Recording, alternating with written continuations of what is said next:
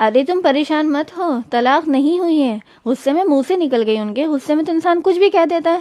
باقی یہ آئیں گے تو میں پوچھ کے بتاؤں گی. اللہ گرمی بہت ہے، آج باہر گیا تھا نماز پڑھنے، اتنی گرمی ہو رہی ہے، تھک گیا. سنیے، ابھی آپ نماز پڑھنے گئے تھے نا تو میری سہیلی کی کال آئی تھی، پریشان ہو رہی تھی، بتا رہی تھی اس کے شوہر نے طلاق دے دی، لیکن بتا رہی تھی غصے میں دی ہے. کہہ رہی تھی غصے میں ان کے منہ سے نکل گئی، ایسے تو وہ ہے نہیں. میں نے بھی منع کر دیا، بھائی طلاق نہیں ہوئی ہے، غصے میں تو انسان کے منہ سے کچھ بھی نکل جاتا ہے. باقی میں نے یہ بھی کہہ دیا تھا آپ آئیں گے تو میں پوچھ کے بتاؤں گی کیا طلاق ہو گئی ہوگی. اچھا تو پہلے یہ بتائیے آپ مفتی ہیں کیا؟ ارے مفتی تو نہیں ہوں، لیکن مجھے لگا ایسے ہی ہوتا ہوگا. ایسے نہیں ہوتا کہ مجھے لگ رہا ہے یا آپ کو لگ رہا ہے. اگر آپ کو علم ہے اس چیز کا تو آپ کسی کو بتا سکتی ہیں، لیکن اگر آپ کو علم نہیں ہے تو پھر آپ کسی بڑے علماء کرام سے پوچھیے.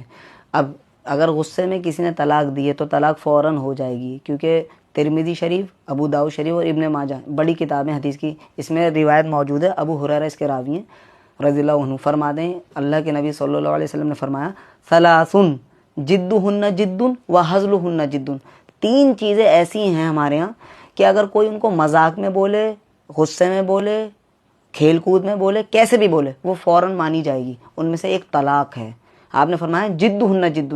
اگر کوئی نے سنجیدگی میں بھی بولے گا نا تو وہ بھی تب بھی مانی جائے گی، اور اگر کوئی مذاق میں بولے گا تب بھی مانی جائے گی. جیسے اگر کسی شوہر نے اپنی بیوی سے کہہ دیا تمہیں طلاق ہو، یا میں نے تمہیں طلاق دے دی، یا تم آزاد ہو.